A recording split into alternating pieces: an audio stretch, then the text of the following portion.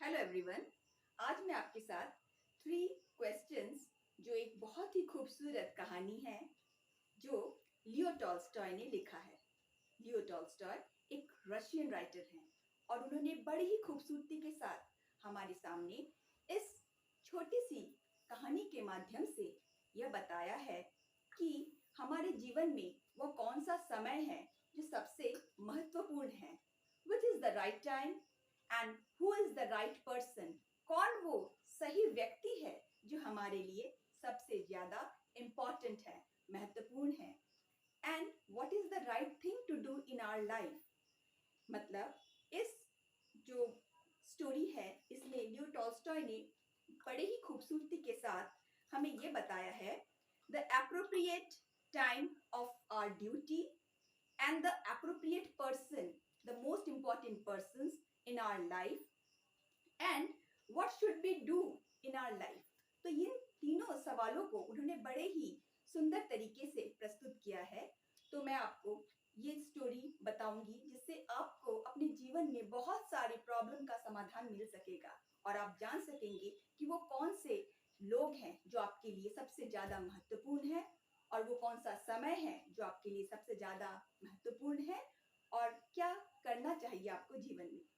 तो पहले ये कहानी की शुरुआत इस तरह से होती है कि रशियन जो जार होते हैं ना, the title of a Russian ruler, jar उनको बोलते हैं जो रशिया के रूलर होते हैं। ठीक है, रशियन रूलर्स को जार कहा जाता है।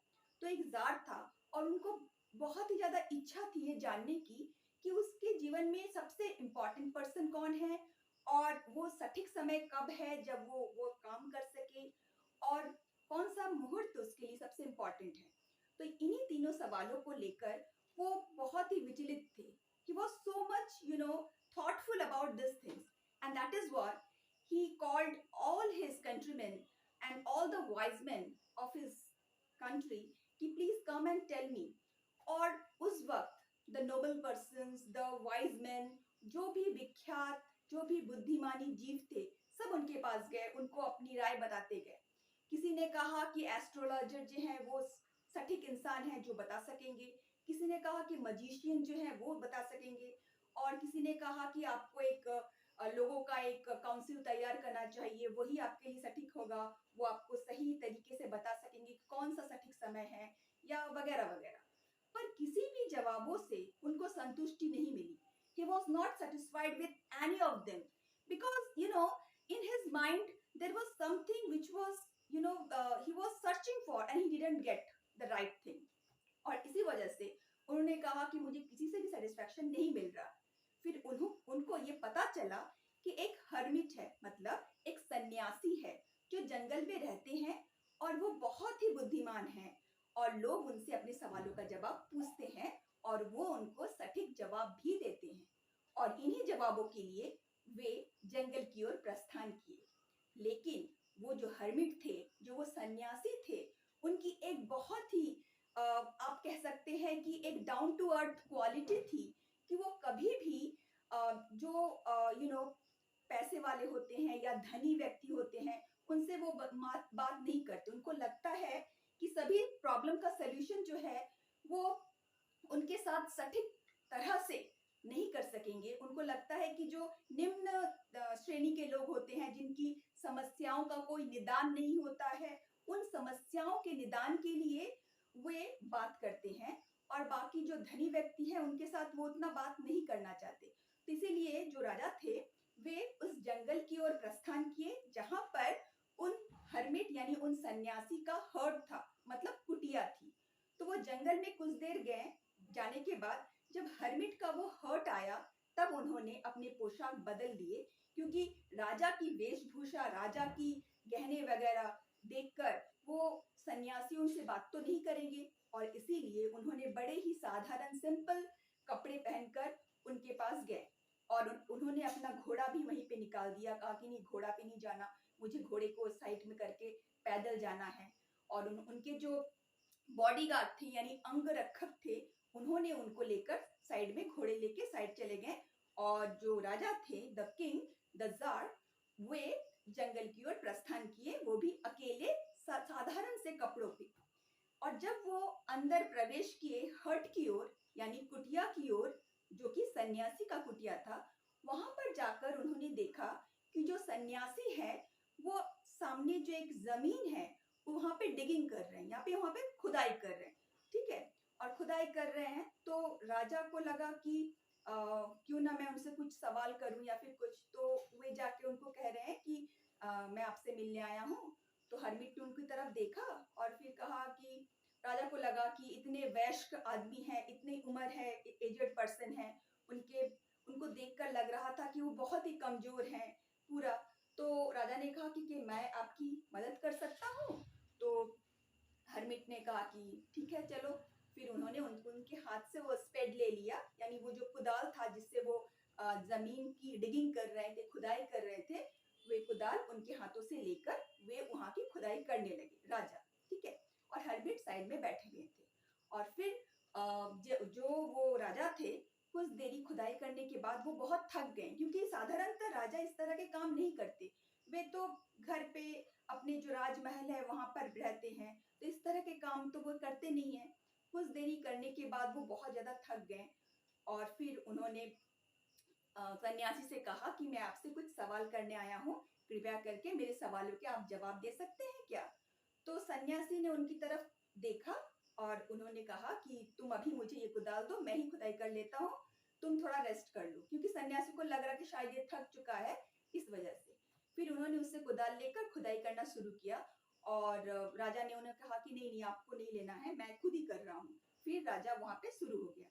कुछ देर खुदाई करने के बाद शाम होने आई और उस वक्त जंगल से एक आदमी दौड़ता हुआ उनकी तरफ आया और उसके पेट से बहुत ज्यादा खून निकल रहा था और वो पेट को दबाते हुए राजा की तरफ दौड़ता हुआ आया, भागता हुआ आया। राजा को समझ नहीं आया कि ये कौन है और ना ही सन्यासी को समझ में आया ये कौन है। फिर वो वहां पे आकर बेहोश सा हो गया। तब राजा जो था उसने और सन्यासी ने, दोनों ने मिलके उसको हेल्प करना चाहा और राजा जो था वो अपना जो एक हैंडकरचिफ था यानी जो रुमाल था उससे उसके खून को मतलब बंद करने की कोशिश कर रहा था। वो उस जगह पर जहाँ पे वो घाव बन चुका था, सुराग बन चुका था, जहाँ पर कि उसको आघात लगा था, वहां पर अपने हैंडकरचिफ को दबाकर वो खून को बंद करने की कोशिश कर रहा था, लेकिन वो नहीं हो रहा था। फिर सन्यासी ने भी उन्हें कुछ दिया वहां पे बैंडेज करने के लिए। फिर इस तरह से उसने अपने हैंडकरचिफ और सन्यासी के कुछ कपड़ों से वहां पे कुछ दवाई वगैरह लगाकर वो खून को बंद किया। फिर उसको लिटाने ले गए सन्यासी के घर पर। सन्यासी के जो हट था वहां पे एक बेड था, बेड के ऊपर से सुलाया और वो राजा की तरफ देखता हुआ सो पड़ा। और फिर राजा भी इतना थक चुका था, क्योंकि वो सारा दिन जो है वो काम कर रहा था, प्लस उस जो हर्ट जो इंजर्ड व्यक्ति था उसके साथ भी वो बहुत ज्यादा मेहनत कर रहा था, तो इसलिए वो उसको सुलाकर दरवाजे के सामने ही सो पड़ा। क्योंकि सन्यासी का घर है, जैसे कि आप जान सकते हो कि कुटिया कैसी होती है, छोटी सी होती है, एक बेड है और वैसा कोई जगह नहीं है खास। तो दरवाजे के सामने जो चौखट होता है उस चौखट पर ही राजा सो पड़ा और वो पूरा मतलब बहुत ज्यादा गहरी नींद में सो चुका था। और जब सुबह हुई, जब राजा की आंख खुली, तब उसने उस इंजर्ड व्यक्ति को देखा जो न कि वो बेड पर सोया हुआ था। तो कुछ देर तो राजा ये भौचक्का सा रह गया कि ये कौन है, क्योंकि वो थोड़ा भूल चुका था रात को क्या हुआ था, सुबह को क्या हुआ था, उसके आगे दिन। तो फिर जो आदमी था जो इंजर्ड था वो राजा की तरफ देखा और बोला, आपने मुझे पहचाना, मुझे क्षमा कर देना। तो राजा कहने लगा कि मैं आपको पहचानता नहीं, मैं आपको क्षमा क्यों करूंगा भला। तब उन्होंने कहा कि मेरे भाई ने कुछ दुष्कर्म किए थे जिसकी वजह से आपने उसे दंड दिया था और उसका जो भी प्रॉपर्टी था वो आपने जब्त कर लिया था। और तब से मैंने ये प्रण लिया कि मैं आपको मार डालूंगा, आपसे बदला लूंगा। He will take revenge from the Raja, from the jar, from the king। और यही वजह थी कि वो वहां पे आया था। तो राजा ने कहा, तुम अगर मुझको मारने आए थे, फिर तुम्हारे पेट से खून क्यों गिर रहा? क्योंकि ये सवाल ही था ऐसा, वो कर रहा था पर हो रहा था कुछ और। तब उस इंसान ने कहा, एक्चुअली वो मारने तो राजा को ही आया था, क्योंकि उसको पता था कि राजा उस जंगल में सन्यासी से मिलने आया है और इसी कारणवश वह ताक लगाकर चुपचाप कहीं छुपा पड़ा था। कि जब राजा रिटर्न आएगा सन्यासी से मिलके तब वो उसको मारने जाएगा। लेकिन हुआ यूं कि जब राजा आया नहीं तब वह सोचा कि शायद राजा किसी दूसरे रास्ते से निकल गया हो या फिर कहीं और चला गया हो, और यही वजह थी कि वह इंसान राजा को खोजने के लिए अपने गुप्त स्थान से निकल गया। और जब वो निकल के राजा को खोज रहा है तभी उसकी मुलाकात उसके बॉडीगार्ड से हो गई, और वो बॉडीगार्ड उसे देखते ही पहचान गया और उसने तभी उसके शरीर पर आघात किया, तलवार घुसेड़ दी, और इसी वजह से वो वहीं पे इंजर्ड हो चुका था और अपने जीवन को बचाने के लिए वह दौड़ता हुआ हर्ट की तरफ आया और वहां पे राजा ने उसकी हेल्प की। तो इसीलिए उस इंजर्ड व्यक्ति ने राजा से कहा कि आपने मेरा जीवन दान दिया है तो ये मेरा कर्तव्य है कि मैं आपके लिए कुछ करूं। मैं आज से प्रण लेता हूं कि मैं आपका सबसे वफादार नौकर बनूंगा और मेरे जो भी बच्चे होंगे वे भी आपकी ही सेवा करेंगे। तो मुझे ये आज्ञा दीजिए कि मैं आपका एक वफादार सेवक बनने के योग्य कुछ काम कर सकूं। तब राजा बहुत ही प्रसन्न हुए और उन्होंने ये कहा कि आज से तुम मेरे प्रिय मित्र के रूप में जाने जाओगे और तुम्हारी सहायता के लिए मैं कुछ लोग भी भेज रहा हूँ और तुम्हारी जो प्रॉपर्टी थी वो मैं तुम्हें रिटर्न कर रहा हूँ। तुम्हारे भाई की जो प्रॉपर्टी थी जो मैंने जब्त कर लिया था वो रिटर्न कर रहा हूँ, और मेरे जो फिजिशियंस है, जो डॉक्टर्स है, वो भी तुम्हारी हेल्प करेंगे क्योंकि वो इंजर्ड था इसलिए। तो इस तरह से राजा बहुत ही खुशी हुआ कि आज की सुबह इतनी प्यारी गई और वो बहुत ही प्रसन्न थे। प्रसन्न चित्त मन से वो बाहर निकले क्योंकि उनको अपने राजमहल भी जाना था, लेकिन जाने से पहले वे सन्यासी से मिलना चाहते थे और उन्होंने सन्यासी से मुलाकात की। और जब सन्यासी से मुलाकात की उन्होंने पूछा कि हे स्वामी, आप मुझे क्यों नहीं बताते, मेरे प्रश्नों का जवाब क्यों नहीं देते? मैं कल से आपके द्वार में पड़ा हूँ पर आप मेरे किसी भी प्रश्नों का कोई भी उत्तर नहीं देते। तब सन्यासी ने बड़े प्रसन्न चित्त मन से कहा कि तुम्हारे सवालों का जवाब तो तुम्हें मिल चुका है, फिर तुम मेरे पास क्यों आए हो? तो राजा ने कहा, आपने ये क्या क्या कह दिया?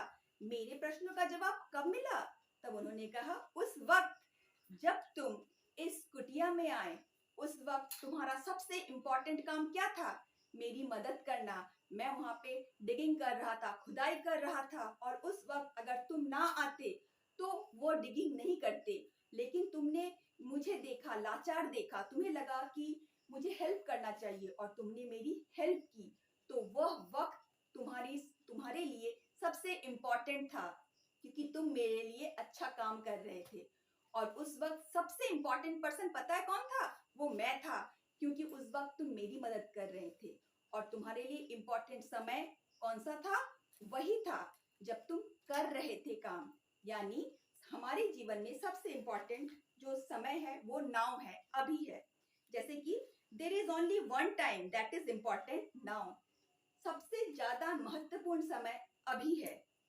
It is the most important time because it is the only time when we have any power. और यही वह समय है जब हम कुछ अपने साथ कर सकते हैं, अपने हृदय को ये बोल सकते हैं कि करो, जो करना है इस वक्त करो, कल के भरोसे कुछ मत छोड़ो।